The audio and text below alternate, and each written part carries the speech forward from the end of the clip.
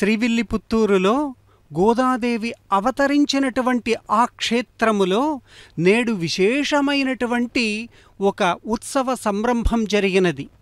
తెలతెలవారుతుండగా గోదాదేవి అలనాడు పూలమాలను ధరించి తాను గోవిందునికి తగునటువంటి దాననా అని ఏ బావిలోనైతే తన ప్రతిబింబాన్ని చూసుకొన్నదో ఆ బావికి సమీపములో ఒక మండపాన్ని ఏర్పాటు చేసి ఆ మండపములో గోదాదేవిని అలంకరింపచేసి గోదాదేవికి చక్కనైనటువంటి అభిషేకాన్ని నిర్వర్తించేటటువంటి సన్నివేశం శ్రీవిల్లిపుత్తూరులో జరిగినది.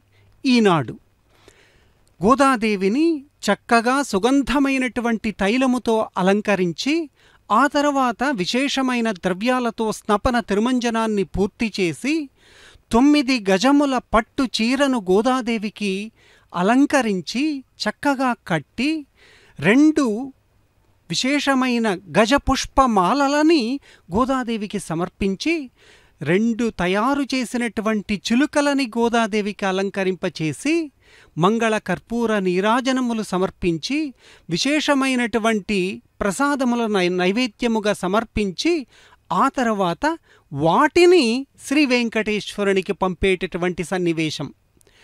ఇక్కడ అభిషేకము తర్వాత శ్రీవిల్లిపుత్తూరులో గోదాదేవి ధరించినటువంటి మాలలని వస్త్రములని చిలుకలని సడలింపు చేసి వెదురు బుట్టలలో చక్కగా అలంకరించి వస్త్రములను మడిచి ఆ బుట్టలో పెట్టి 2 చిలుకలను కూడా చెరోవైపు పెట్టి శ్రీవిల్లిపుత్తూరులో ఉండేటటువంటి అమ్మవారి దేవాలయమునకు ప్రదక్షిణగా వచ్చి అక్కడి నుంచి సరాసరి వెంకటేశ్వరునికి సన్నిధికి విచ్చేసినటువంటి ఆ వెదురు బుట్టని ఆ పూలమాలలని ఆ అమ్మ ధరించినటువంటి వస్త్రాన్ని ఆ చిలుకలని నేడు సౌభాగ్య దినమైనటువంటి శుక్రవారం నాడు మనం దర్శించుకుంటున్నాము అనంటే ఇది ఎంతో సౌభాగ్యం మన జీవితానికి.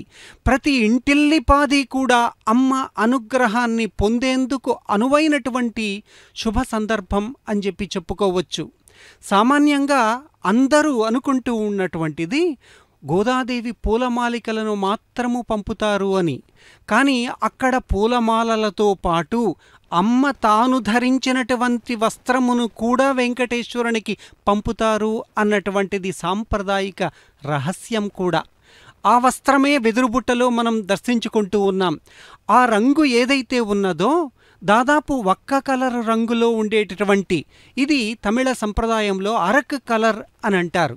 అంటే వివాహ సమయములో కట్టుకోవలసినటువంటి ఒక రంగు 9 గజముల చీరకు మాత్రము విశేషించి నేసేటటువంటి వాళ్ళు నేస్తే ఆ పట్టు వస్త్రములను పట్టు చీరను తాను ధరించి స్వామివారికి పంపినదే.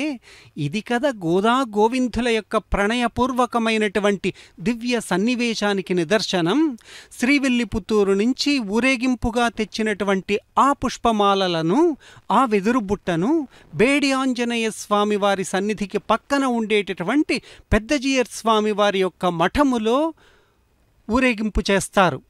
కొలది సమయం ఆ మఠములో ఉండి జియర్ స్వాముల వారి యొక్క ఇతరమైనటువంటి కైంకర్యపరుల యొక్క దర్శనంను వారందరికీ దర్శనాన్ని ఇచ్చినటువంటి తరువాత అక్కడి నుంచి ఆ వెదురుబుట్టలో ఉండేటటువంటి ఆ విశేషమైనటువంటి మాలలు అఖిలాండకోటి బ్రహ్మాండ నాయకుడైన ఏడుకొండలవాని యొక్క దేవాలయపు 4 మాడవీధులలో ప్రదక్షిణగా వచ్చి ఆ తర్వాత దేవాలయం లోపలికి తీసుకువెళ్ళేటటువంటి సన్నివేశం.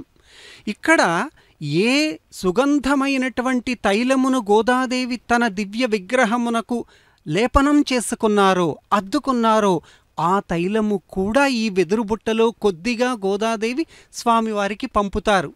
ఈ తైలమును ఎప్పుడు స్వామికి సమర్పిస్తారు అనంటే రేపు తెల్లవారుజామున తోమాల సేవలో మరి అక్కడ ఉండేటటువంటి విశేషమైనటువంటి స్వామివారి యొక్క విగ్రహ ప్రతిమకి గర్భాలయములో ఈ తోమాల సేవలో సమర్పించేటటువంటి ఈ తైలమును కూడా అద్ది ఆ తర్వాత అభిషేకాన్ని జరిపించి తిరుమంజనాన్ని జరిపించి సాక్షాత్తు మూలమూర్తికి ఆ పుష్పమాలలను సమర్పిస్తారు. గోదాదేవి పంపినటువంటి ఆ వస్త్రమును కూడా ఆనంద నిలయ వాసునికి సరాసరి సమర్పించేటటువంటి ఒక దివ్య సన్నివేశం రేపు తెల్లవారుజామున జరుగుతున్నది.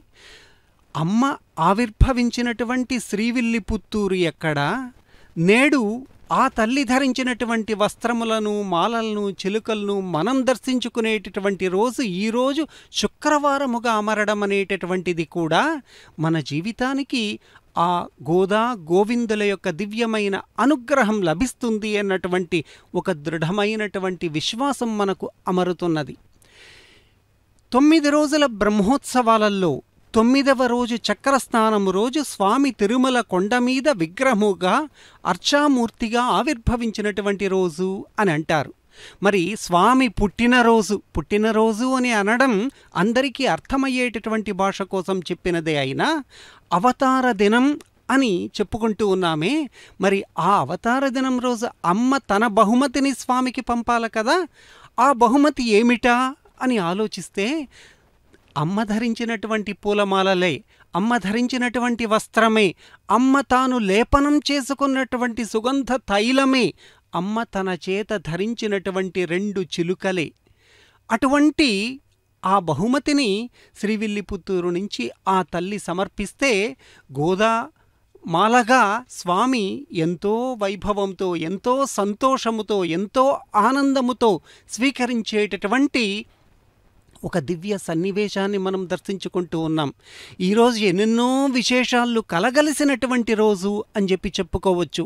శుక్రవారం ఈరోజు రావడం అన్నటువంటిది కూడా అందులో ఒక గొప్ప వైభోగంగా మనం చెప్పుకోవచ్చు. సహలక్ష్మ్యా అభిషేకస్తు వాసరే భార్గవే హరేహే సాన్నిధ్యకారీ సతతం సర్వ సంపత్ప్రదాయకః. ఏ దేవాలయములో ఏ దేవుడైతే లక్ష్మీదేవితో కూడి ఉన్నారో ఆ దేవుడికి శుక్రవారం నాడు అభిషేకం చేస్తే ఆ దేవాలయం రోజురోజుకి అభివృద్ధి పొందుతుంది అన్న వచనం వైఖానసాగమ శాస్త్రములో ఆనంద సంహితలో చెప్పబడి ఉన్నది. తదనుగుణముగా తిరుమల క్షేత్రంలో శుక్రవారం నాడు అభిషేకం ప్రారంభమైనది. మరి ఆ శుక్రవారం నాడే ఆ తల్లి శ్రీవిల్లిపుత్తూరు నుంచి మాలలను పంపడం, ఆ మాలలని మనం ఊరేగింపుగా తీసుకువెళ్తూ ఉంటే కళ్ళారా కనుల నిండా కనులార్పకుండా హృదయము నిండా ఆ తల్లిని స్వామిని నింపుకొని దర్శనం చేసుకుంటున్నామే.